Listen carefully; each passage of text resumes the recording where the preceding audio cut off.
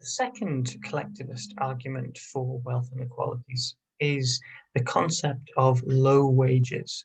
By low wages, we mean that um, some people are paid extraordinarily low wages compared to other people.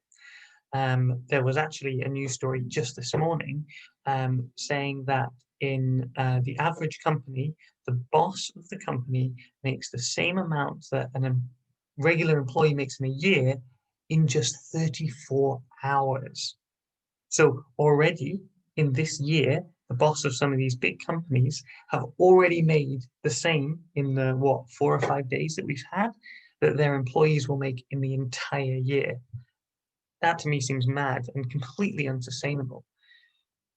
So a lot of collectivists argue that wages for the poorest people should be increased to bring their income closer to that of the richest people. Easiest way to reduce that inequality is to increase the wages of the poorest people. The average CEO, an example of this, I think that is the average CEO, their wage is now 147 times that of the average worker at their company. A CEO, it stands for Chief Executive Officer. It basically means that the boss of the company, the head of the company, the head of a big company, I would say. And this has created a wage gap that no less than Theresa May, I know, Theresa May, has described as irrational, unhealthy, and growing. And if the Tories think it's bad, it must be pretty bad, right?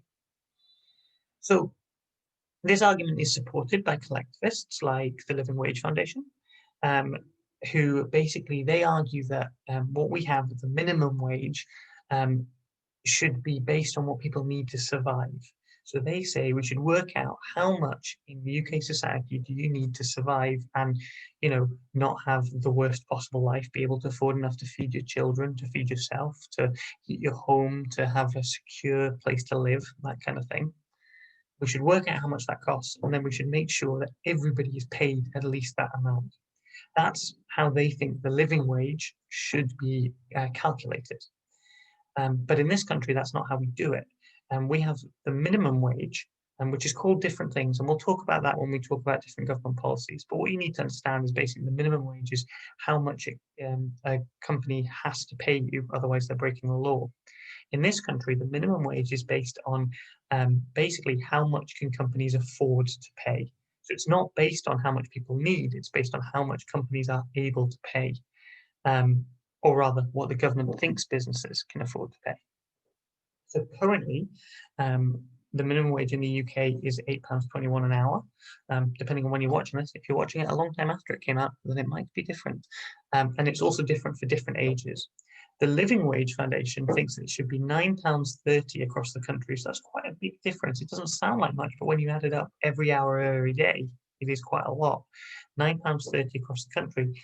But they think it should be even more in London, about £10.75, because it's way more expensive to live in London than it is to live anywhere else. House prices are far more, rent is far more, everything just costs more in London. So they think living wage should be higher in London because it costs more to live there.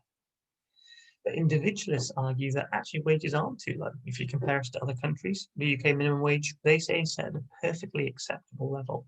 It's higher than a lot of countries, a lot of similar countries that we can compare ourselves to, including the USA, where it is incredibly low in a number of states. And they argue that actually, if we were to increase the minimum wage, then employers wouldn't be able to hire people. They couldn't afford to hire people. So rather than employing 4 people at a lower rate, they might only be able to afford 3 people at a higher rate. So individuals say that raising the minimum wage would mean that people actually lose jobs.